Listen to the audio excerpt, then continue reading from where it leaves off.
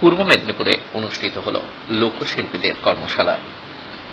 পূর্ব মেদিনীপুর জেলার নিমতৌড়িতে জেলা শাসকের দপ্তরে লোকশিল্পীদের কর্মশালা অনুষ্ঠিত হল।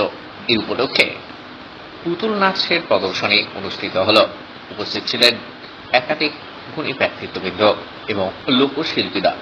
এদিন পুতুল নাচের প্রদর্শনী সহ বিভিন্ন লোকশিল্পীদের বিভিন্ন রকম অনুষ্ঠান প্রদর্শিত হয়। পূর্ব মেদিনীপুর জেলা শাসক দপ্তরে নিমতৌড়িতে।